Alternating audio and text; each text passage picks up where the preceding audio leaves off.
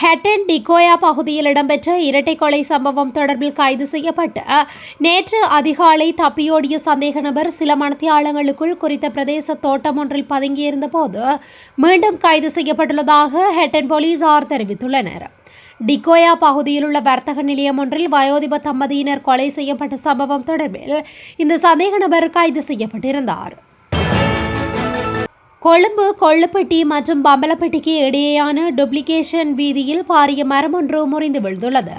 இந்த விபத்தில் பாதையில் சென்று கொண்டிருந்த ஒரு லொரி மற்றும் ஒரு காரும் சேதமடைந்துள்ளன. இதன் காரணமாக கொள்ளுப்பட்டி மற்றும் பம்பலப்பட்டிக்கு இடையேயான டூப்ளிகேஷன் பாதையில் கடும் போக்குவரத்து நெரிசல் ஏற்பட்டுள்ளது. வாகன சாரதிகள் மாற்று வீதிகளை பயன்படுத்துமாறு போலீசார் அறிவுறுத்தியுள்ளனர். அனுராதபுரம் நொச்சியாகம போலீஸ் பிரிவிற்குட்பட்ட பகுதியில் குடும்ப தகராறு காரணமாக மனைவியை வெட்டி கணவன் படுகொலை செய்துள்ளதாக போலீசார் தெரிவித்துள்ளனர். செவ்வாய்க்கிழமை இரவு ஏற்பட்ட குடும்ப தகராறு காரணமாக மனைவியை வாளால் வெட்டி படுகொலை செய்த கணவன் தப்பியோடியுள்ளார் என்று போலீசார் தெரிவித்துள்ளனர். இந்த சம்பவத்தில் நொச்சியாகம பிரதேசத்தை சேர்ந்த 3 பிள்ளைகளின் தாயாரான 41 வயதுடைய பெண்ணே இவ்வாறு படுகொலை செய்யப்பட்டுள்ளார். அனுராதபுரத்தில் பாதிக்கப்பட்ட சிறுமி தொடர்பில் அவதூறான கருத்துக்களை வெளியிட்ட நபர் அதற்கு பொறுப்பு கூற வேண்டும். இதுகுறித்து பல முறைப்பாடுகள் கிடைத்துள்ளதாகவும் அமைச்சரவை பேச்சாளர் அமைச்சர் நலிந்த ஜெயதிச தெரிவித்துள்ளார். அமைச்சரவை தீர்மானங்களை அறிவிக்கும் வாராந்த ஊடகவியலாளர் மாநாடு செவ்வாய்க்கிழமை கொழும்பில் உள்ள அரசாங்க தகவல் திணைக்களத்தில் இடம்பெற்றது. இதன்போது ஊடகவியலாளர்கள் எழுப்பிய கேள்விகளுக்கு பதிலளிக்கும் போதே அமைச்சரவை பேச்சாளர் மேற்கண்டவாறு கூறினார். இந்த விடயத்தில் சட்டம் நியாயமாக நடைமுறைப்படுத்தப்படும். பௌத்த பிக்குகளாக இருந்தாலும் நாட்டின் சட்டத்திற்கு முரணாக செயல்பட்டால் அவர்களுக்கு எதிராக கடுமையான சட்ட நடவடிக்கை எடுக்கப்படும் என்றும் குறிப்பிட்டுள்ளார். பௌத்த பிக்குகளாக இருந்தாலும் அவர்கள் நாட்டிலுள்ள நடைமுறை சட்டத்திற்கு முரணான வகையில் செயல்பட்டால் அவர்களுக்கு எதிராக எதுவித பாகுபாடுமின்றி நிச்சயம் சட்டபூர்வமான நடவடிக்கைகள் எடுக்கப்படும். அனுராதபுரத்தில் பாதிக்கப்பட்ட சிறுமியை மிக மோசமாக விமர்சித்தமை மற்றும் அவதூறு பரப்பியமை தொடர்பில் பல முறைப்பாடுகள் கிடைக்கப்பெற்றுள்ளன.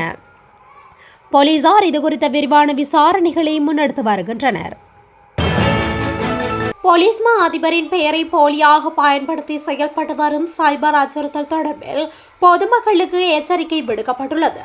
போலீஸ் மா அதிபரின் பெயரை பயன்படுத்தி வரும் போலி மின்னஞ்சல்கள் குறித்து மிகுந்த அவதானத்துடன் செயற்படுமாறு போலீசார் மக்களை கேட்டுக்கொண்டுள்ளனர். போலீஸ் மா அதிபரின் பெயரை போலியாக பயன்படுத்தி சைபர் அச்சுறுத்தல் மற்றும் மிரட்டி பணம் பறிக்கும் மின்னஞ்சல் வலையமைப்பு தற்போது செயற்பட்டு வருகின்றது. இந்த நிலையில் இது குறித்து போலீஸ் விசேட அதிரடிப்படையினின் சைபர் பாதுகாப்பு மற்றும் திறந்த மூல விசாரணை பிரிவிற்கு கிடைத்த தகவலின் அடிப்படையில் விசாரணைகள் ஆரம்பிக்கப்பட்டுள்ளன. இலங்கை போலீசின் சைபர் குற்ற ஒருங்கிணைப்பு மத்திய நிலையத்தின் பெயரையும் போலீஸ் மா அதிபரின் பெயர் மற்றும் போலி கையொப்பத்தையும் பயன்படுத்தி அனுப்பப்பட்டு மிரட்டல் மற்றும் பணம் கேட்கும் மின்னஞ்சல் வலையமைப்பு குறித்து இதன் மூலம் தகவல்கள் வெளியாகியுள்ளன. இலங்கை வாழ் பௌத்தர்களின் புனிதமிக்க வெசாக் பண்டிகையை முன்னிட்டு 27ஆம் திகதி முதல் ஜூன் 2ஆம் திகதி வரை வெசாக் வாரம் பிரகடனப்படுத்தப்பட்டுள்ளது. இதனை முன்னிட்டு இறைச்சி கடைகள், இறைச்சி கூடங்கள், பந்தய மையங்கள், சூதாட்ட விடுதிகள் மற்றும் கேளிக்கை விடுதிகளை மூட முடிவு செய்யப்பட்டுள்ளது. இதற்கிடையில் மே 30, 31 மற்றும் ஜூன் 1 ஆகிய திகதிகளில் நாடு முழுவதும் உள்ள இறைச்சி கூடங்கள் மற்றும் இறைச்சி கடைகளை மூடவும் பல்பொருள் அங்காடிகளில் இறைச்சி விற்பனையை நிறுத்தவும் அறிவுறுத்தப்பட்டுள்ளது. இதேவேளை வெசாக் பண்டிகையை முன்னிட்டு கடந்த காலங்களில் அமைக்கப்பட்டிருந்த பேய் மாளிகைகள் மற்றும் விசித்திரமான நடனங்கள், பொலித்தீன் மற்றும் பிளாஸ்டிக் பயன்பாடு போன்றவற்றை முற்றாக தவிர்க்குமாறு வழிகாட்டல்கள் வழங்கப்பட்டுள்ளன. யாழ்ப்பாணத்தில் உயர் பாதுகாப்பு வலயத்தினுள் உள்ள பெருமளவான காணிகளை விடுவிக்க நடவடிக்கை மிக விரைவில் எடுப்போம் என்று கடற்தொழில் அமைச்சர் ராமலிங்கம் சந்திரசேகர் தெரிவித்துள்ளார். உயர் பாதுகாப்பு வலயத்தினுள் உள்ள காணி விடுவிப்பு தொடர்பில் வடமாகாண ஆளுநர் செயலகத்தில் நடைபெற்ற உயர்மட்ட கலந்துரையாடலின் பின்பு ஊடகங்களுக்கு கருத்து தெரிவிக்கும் போதே அவ்வாறு தெரிவித்துள்ளார். பிரதமர் ஹரணி அமரசூரியவின் பெயர், புகைப்படங்கள் மற்றும் காணொலிகளை பயன்படுத்தி உருவாக்கப்படும் போலி செய்திகளை நம்ப வேண்டாம் என்று பிரதமரின் அலுவலகம் அறிவித்துள்ளது. சமூக ஊடகங்களில் போலி காணொலிகள் மற்றும் பிரதமரின் புகைப்படத்தை உள்ளடக்கி தயாரிக்கப்பட்ட போலி பதிவுகளை சமூக ஊடகங்களில் சில தரப்பினர் வெளியிட்டுள்ளமை கண்டறியப்பட்டுள்ளதாக அறிவிப்பில் தெரிவிக்கப்பட்டுள்ளது. இதன் மூலம் பல்வேறு தொழில் முனைவோர் வேலைவாய்ப்புகள் மற்றும் நாட்டின் பொருளாதாரம் மற்றும் வரி கொள்கைகள் தொடர்பான போலி செய்திகள் உருவாக்கப்பட்டுள்ளதாகவும் குறிப்பிடப்பட்டுள்ளது. செயற்கை நுண்ணறிவு மற்றும் நவீன தொழில்நுட்ப கருவிகளை பயன்படுத்தி இவ்வாறான போலி செய்திகள் உருவாக்கப்பட்டுள்ளமை கண்டறியப்பட்டுள்ளது. இத்தகைய செய்திகளை நம்ப வேண்டாம் என்றும் இதுகுறித்து அவதானத்துடன் இருக்குமாறும் பொதுமக்களிடம் பிரதமரின் அலுவலகம் கேட்டுக்கொண்டுள்ளது. தேசிய சுதந்திர முன்னணியின் முன்னாள் நாடாளுமன்ற உறுப்பினர் ஜயந்த சமரவீரவை கைது செய்து நீதிமன்றத்தில் முன்னிலைப்படுத்துமாறு கொழும்பு கோட்டை நீதவான் பசன் அமரசேன உத்தரவிட்டுள்ளார். ஜனாதிபதி செயலகத்தால் தேசிய சுதந்திர முன்னணிக்கு வழங்கப்பட்ட வாகனங்களை முறைகேடாக பயன்படுத்தியதாக கூறப்படும் வழக்கு விசாரணையில் முன்னிலையாக தவறியதால் பிடியாணை உத்தரவு பிறப்பிக்கப்பட்டுள்ளது. 2 நண்பர்களுக்கு இடையில் இடம்பெற்ற வாய் தர்க்கம் முரண்பாடாக மாறிய நிலையில் மதுபோத்தலால் குத்தப்பட்ட படுகாயமடைந்த சம்பவம் நேற்று முன்தினம் கரவட்டி பகுதியில் பதிவாகியுள்ளது. ஆலய வேள்வியில் 2 நண்பர்கள் மது அருந்தியதாகவும் இதன்போது இருவருக்கும் இடையில் ஏற்பட்ட வாய் தர்க்கம் முற்றியதில் ஒருவர் மீது சரமாரியான கண்ணாடி சாராய போத்தலால் குத்து மேற்கொள்ளப்பட்டு இந்த நிலையில் படுகாயமடைந்தவரை உடனடியாக பருத்தித்துறை ஆதார வைத்தியசாலைக்கு கொண்டு சென்றிருந்த நிலையில் மேலதிக சிகிச்சைக்காக யாழ்ப்பாணம் போதனா வைத்தியசாலைக்கு மாற்றப்பட்டுள்ளதாக வைத்தியசாலை தகவல்கள் தெரிவிக்கின்றன. கண்ணாடி போத்தல் குத்துக்குள்ளாகி காயமடைந்தவருக்கு 150க்கும் மேற்பட்ட தையல்கள் போடப்பட்டுள்ளதாகவும் தெரிவிக்கப்படுகின்றது. மட்டக்களப்பில் உள்ள விடுதியொன்றின் அறையில் ஏற்பட்ட தீப்பரவல் காரணமாக 2 சிறு குழந்தைகள் உயிரிழந்துள்ளதாக காவல்துறை தெரிவித்துள்ளது.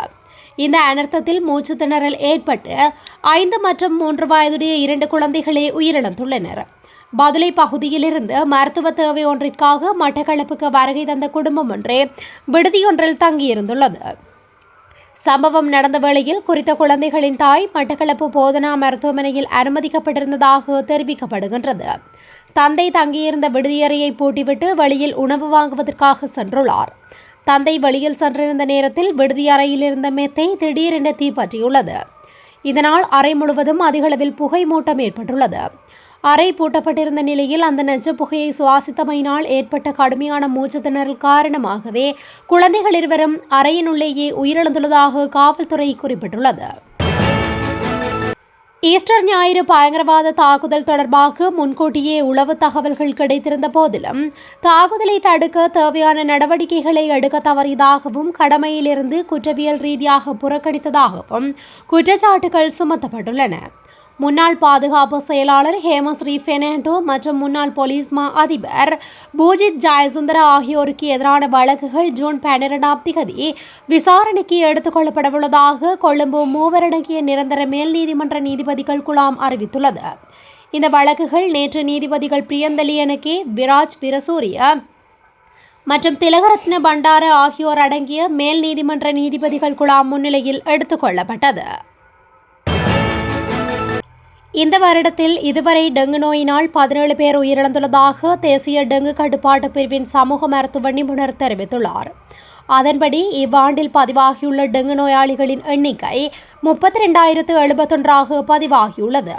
இதன்படி டெங்கு பரவும் அபாயம் அதிகமுள்ள பகுதிகளில் ஜூன் 8, 9 மற்றும் 10 ஆகிய திகதிகளில் இந்த டெங்கு ஒழிப்பு திட்டம் முன்னெடுக்கப்படவுள்ளது.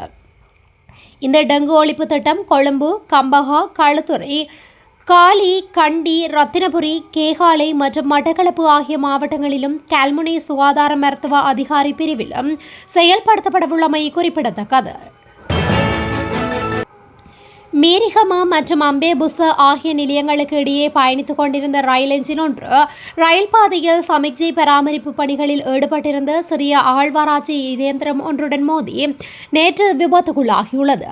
ஆரம்பகட்ட அறிக்கைகளின்படி இந்த சம்பவம் நடந்தபோது அந்த சிறிய அகழ்வாராய்ச்சி இயந்திரம் பராமரிப்பு பணிகளுக்காக பயன்படுத்தப்பட்டிருந்ததாக தெரிய வந்துள்ளது. இந்த விபத்தை தொடர்ந்து ரயில் சேவைகளுக்கும் பாதிப்பு ஏற்பட்டுள்ளது. ரயில் பாதைக்கு அருகிலுள்ள பிரதான வீதியின் ஒரு வழித்தடம் சீரமைப்பு மற்றும் அகற்றும் பணிகள் தொடர்ந்து நடைபெற்று வருவதன் காரணமாக தடைப்பட்டுள்ளதாக அதிகாரிகள் தெரிவித்துள்ளனர்.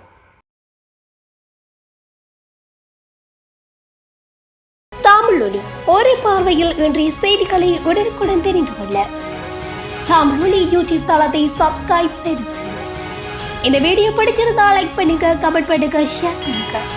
மறக்காம கீழே இருக்கிற பெல் ஐகானை கிளிக் பண்ணுங்க.